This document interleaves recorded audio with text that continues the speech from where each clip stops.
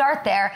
And we start in the NFC where, yeah, sure, the Rams are on a hot streak, one that, by the way, I was well ahead of in considering them a contender or somebody that could at least disrupt what's going on and run themselves in to a playoff situation. I'm a believer in what's happening in LA, and there's experience baked in, there's all of that, but there is another team that we, and not we by us, our show's all over it, but we as a sports media group are sorely underreacting to and not giving the attention they deserve because they're living in the shadow of a goat. And it is the Tampa Bay Buccaneers, and I will keep talking about them because it's my show and I can cry if I want to.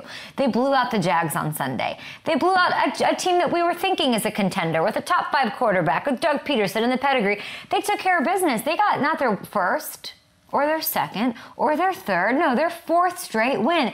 And it's Baker Mayfield that's lighting it up. Here he is talking about the game, after the game, and the team's journey that they're on to this point. It says a lot about the group that we've had that have gone through a big rough patch there in the midseason. So to stick it out and win 4 in a row and to be in control of our own destiny at this point is great. So that says a lot about the character we have. Brady won a Super Bowl with that team in the middle of a global pandemic after starting so slow and having a terrible start. And it was so impressive and insane. Of course, they went on to win it. But this turnaround doesn't get talked about at all and doesn't make any sense. And it's not super comparable, but it's not dissimilar either. This team was 4-7 heading into December. That is bleak 182. That is the cover band playing the music for this Buccaneers squad. But Baker, who wasn't even given full confidence in the summer going into this gig, and certainly not with a 4-7 start, he has caught fire since, and it deserves to be talked about. And it's frankly BS that we don't talk about it. He has 9 touchdowns, just 1 interception over the winning streak, 1 pick the whole time. And it seems like he's still improving, getting better and better. 2nd most touchdowns, 4th highest passer rating over the last month. Only Lamar Jackson has a longer streak going. So if you look at the standings in the NFC South, if they get a win over the Saints this weekend, the Bucs can clinch the NFC South. They would win the division, and they have a better record than they had last year with Tom Brady. It's truly remarkable. And if they keep playing like this, you cannot convince me that they won't be able to do some damage in the NFC playoff field. Right now, they're slated to host the Cowboys. You think the Cowboys, with all their road issues, they want to go to even though it's beautiful in Florida, they want to go mess with them wild card weekend? No, they don't. So credit to what the Bucs are doing for pulling it together. Never easy to turn anything around. And what Baker's doing so consistently, and granted he's got Mike Evans and all of that, who we also sorely underreact to and don't pay attention to what he's perennially doing with whoever's throwing him the ball. It's just kind of weird that we're not giving them their due or their love. I don't quite know what it is, but if they take care of business against my lowly Saints, who could not get business done here in LA last week, we're onto something here with the Buccaneers. All right, let's talk about the Bills. Sorry, I slept wrong. Something's in my head. I keep doing this. I'm sorry. I'm in pain. I need some pain reliever. Okay, let's talk about tweet us, guys. At Up and Adams Show, I was doing a lot of tweeting on my flight last night with you guys and engaging, and I'm loving seeing these comments here as well, even though it always goes to top chat when I want it to go to the live chat. Okay, let's see. Hot Pockets are just fancy pizza rolls. That's one man's take. Okay, let's get you on ESPN with Stephen A. Smith with that one. Okay, let's talk about the Bills.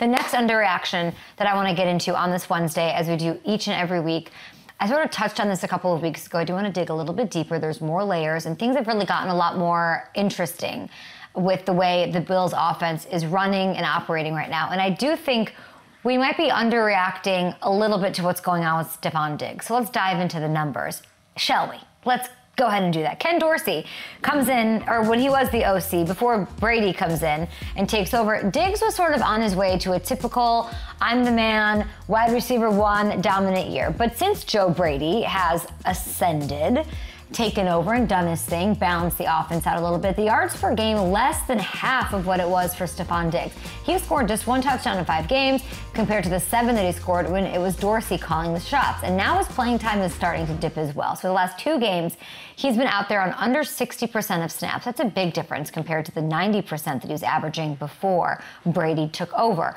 Was he a Dorsey guy, not a Brady guy? I don't know. Sean McDermott has said that there aren't any injuries that, in quotes, he's aware of. So Diggs' playing time is just a coaching decision. That's what we can sort of boil that down to. Now, it's important to note, guys, that the Bills are 4-1. That the Bills have been a top 5 offense under Brady, and they were just 5 in time in Dorsey's tenure as the OC there. So I sort of love this, not for maybe Diggs, because like he obviously wants his numbers and all that, but they're a more balanced operation. They're spreading the ball. It's a good thing. Saturday's close call against the Chargers is sort of a warning. The Bills do maybe need to find a way to get this guy going if they continue to do what they're doing, which is be hot and get into the dance and make things happen. Sure, so it's a little bit of a spread the ball around. Yes, you're successful. Don't forget who your best player is here either, because that sort of happens in these playoff situations with this Bills team where you see Stephon demonstrative on the sideline, or we're watching these plays where he or even Gabe or whoever are wide open. You know, there's a lot of that going on. Feed your best player the ball in these big situations when big plays need to be made. Remember, he did it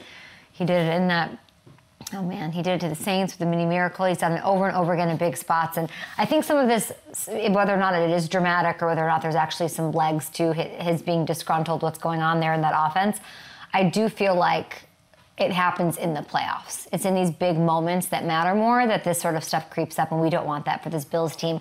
That wouldn't it be so fun if all we're doing is talking about the Niners and the Ravens and all of this and what's wrong with the Chiefs if the Bills just snuck in there and just beat everybody and won the Super Bowl for the first time? Wouldn't that be amazing? A story that everyone would root for? I would. Okay. There's a lot of narratives surrounding the Miami Dolphins, okay? And these narratives have focused and circled Tua and winning big games against competition and all sorts of other nonsense that I never bought into and never buy into and was never part of this show. But the one question I have had with this squad, and it goes way back to last year, is whether or not this defense can be good enough.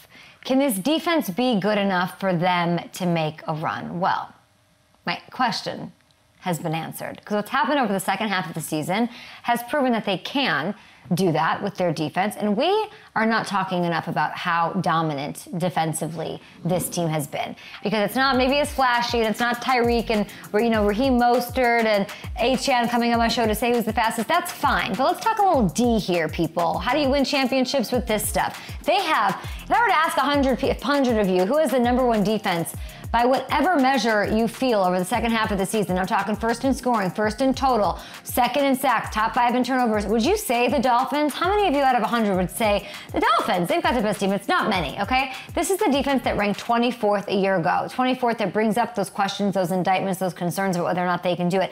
And this is a huge credit to a man who I love, who I hope is still in this business for a long time, and his name is Vic Fangio. And he's a brilliant defensive coordinator. He truly is. And it's not a coincidence that week 8 just happened to be Jalen Ramsey's first game as a Dolphin as well. Jalen ranks second in the NFL, allowing a measly 46.7% completion percentage when targeted. The Dolphins are allowing 181.8 yards per game through the air with him on the field. He's come back from that injury and instantly been all-pro Jalen yet again. A lot of people thought he couldn't, and he is. And by the way, Bradley Chubb deserves some credit here too. Remember, the Dolphins bet on his potential last year, dealing for him at the deadline, at the buzzer.